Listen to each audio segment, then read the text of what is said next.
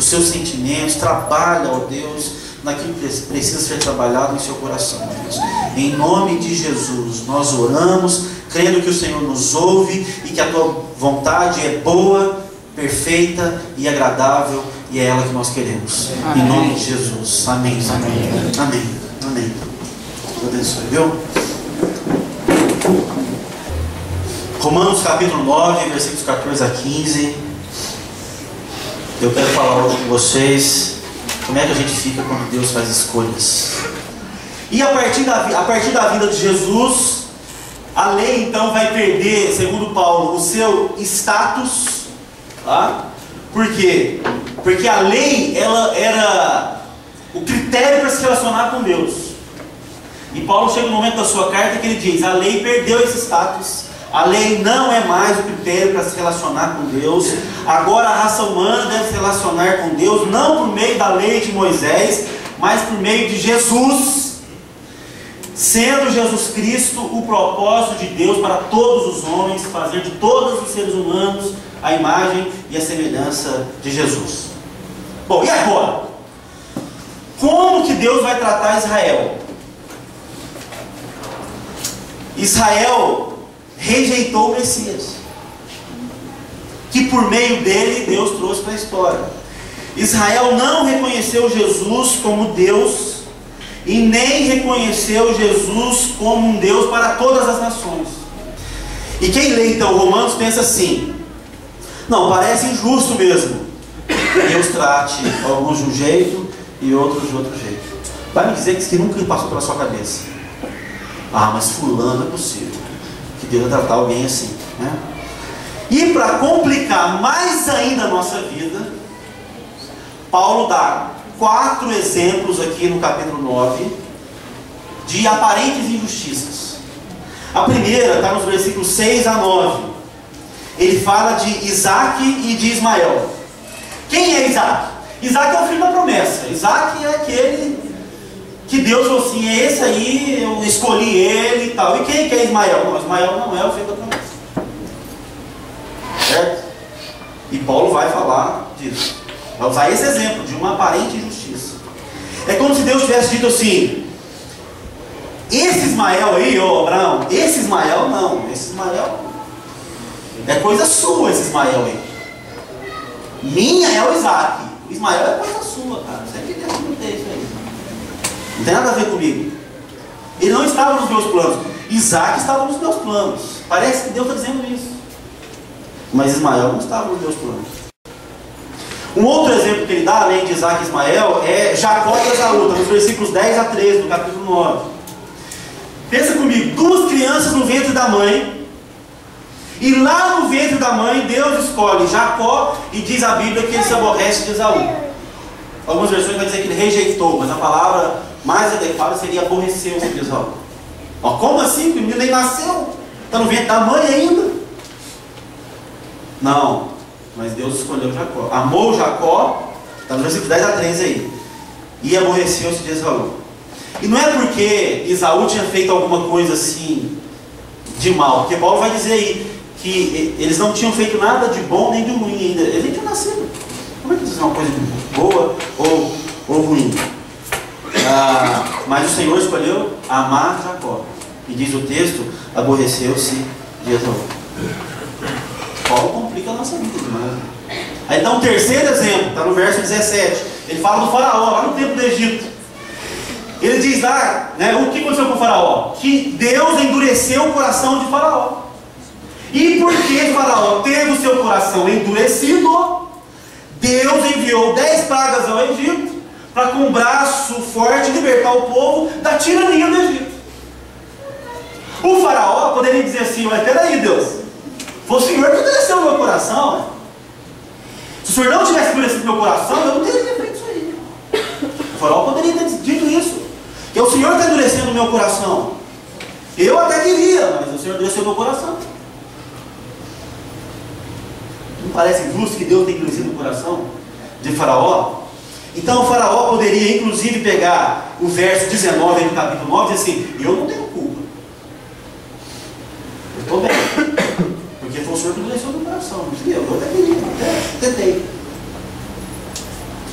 E o quarto exemplo que Paulo dá, então, Isaac, Ismael, Jacó e Esaú, o faraó e depois o próprio povo de Israel. Que Deus também endurece o seu coração e impede o povo de reconhecer o Messias. Também não parece justo, porque Deus escolheu esse povo para trazer o Messias para a história. Aí Deus endureceu o coração desse povo para que esse povo não reconheça o filho dele como Deus, como Messias. Então, não parece justo. Bom, nós temos que sair desse negócio, né? Nós precisamos sair disso. E como é que a gente sai disso? Ainda bem que o apóstolo Paulo,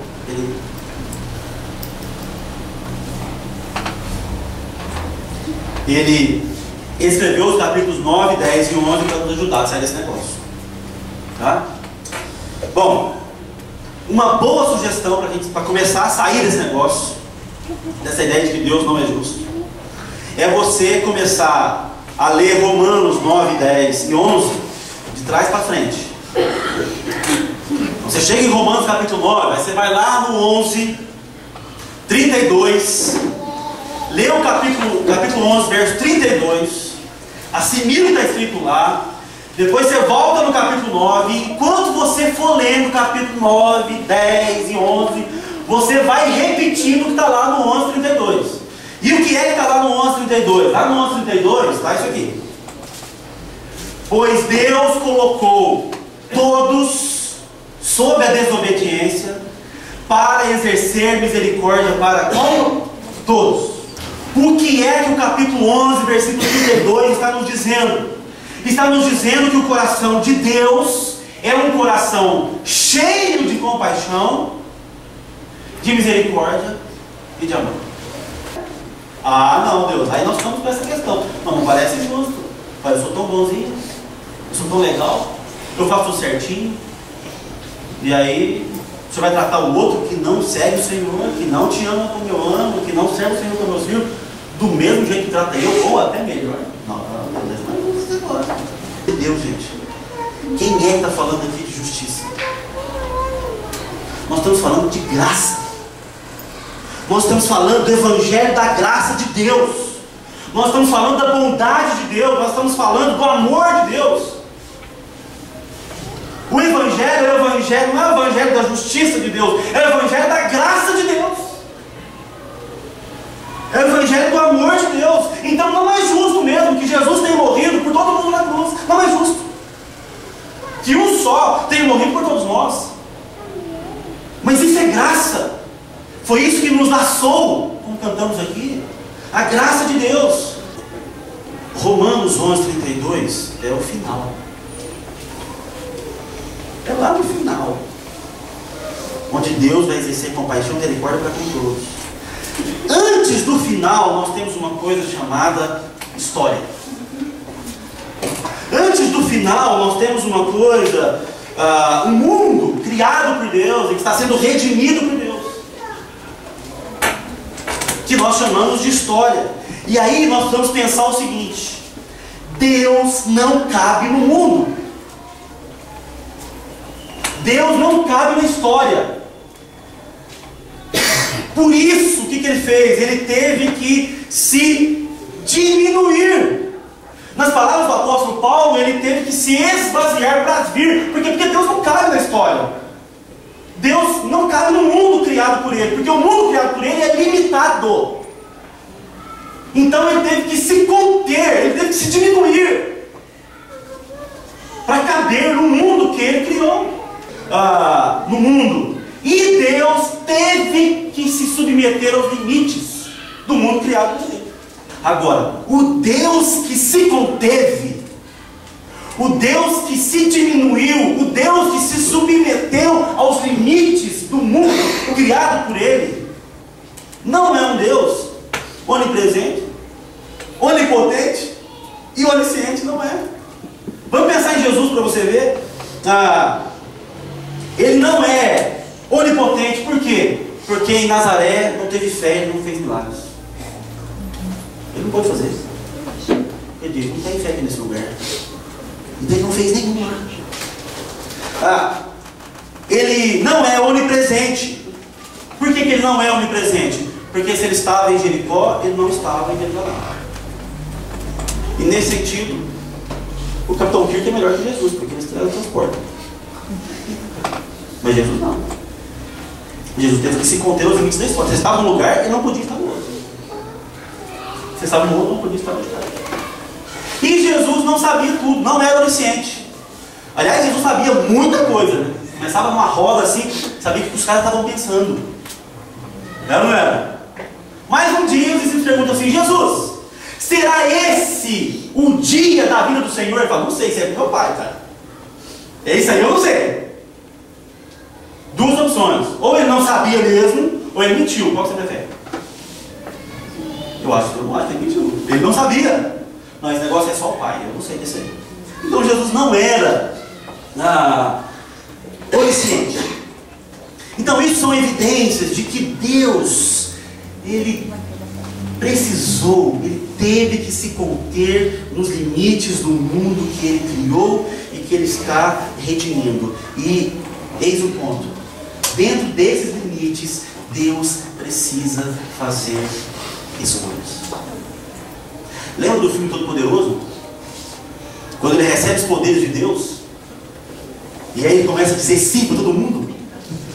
Lembram? O mundo vira um caos, porque ele, no papel de Deus, disse sim para todo mundo. Então o mundo tem limites e Deus tem que fazer escolhas.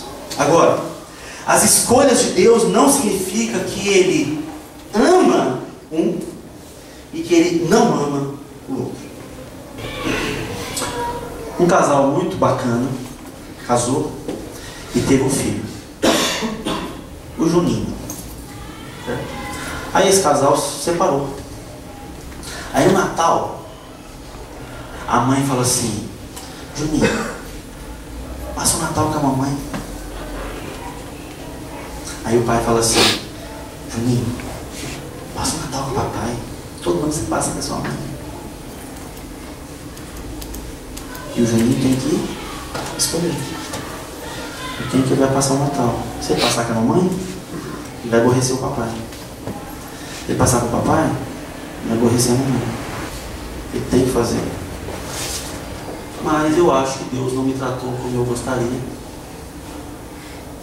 Mas eu acho que Deus não me tratou do jeito que eu gostaria de ser tratado. Eu acho que algumas coisas Ele poderia ter evitado e não evitou. Ele poderia ter sido diferente. Então Romanos capítulo 9, 14 a 15, eu acho que me sugere uma coisa. Me sugere que eu não posso esquecer que Deus é bom, que Ele é cheio de misericórdia e que Ele é cheio de compaixão. Quando Deus precisa fazer escolhas, eu não posso esquecer de Romanos 11, 32. Ele é bom, cheio de misericórdia e cheio de compaixão. Deixe esquecer que a tua misericórdia dura para sempre. Não me deixe esquecer, Senhor, que por um breve momento o Senhor se ira, no entanto, o seu favor dura a vida eterna, por toda a vida eterna. Senhor, não me deixe esquecer que no dia em que a vida não sorri para mim, não me deixe esquecer que mesmo nesses dias, a sua compaixão, o seu amor e a sua misericórdia estarão sendo exercidas sobre a minha vida e sobre a vida daqueles que me servem. O final do capítulo 11 de Romanos é extraordinário. Ele diz assim: ó profundidade da riqueza, da sabedoria, do conhecimento de Deus. Quão insondáveis são os seus juízos e inescrutáveis os seus caminhos. Quem conheceu a mente do Senhor? Ou quem foi o seu conselheiro? Quem primeiro lhe deu para que ele o recompense? Pois dele, por ele, para ele são todas as coisas. A ele seja a glória para sempre.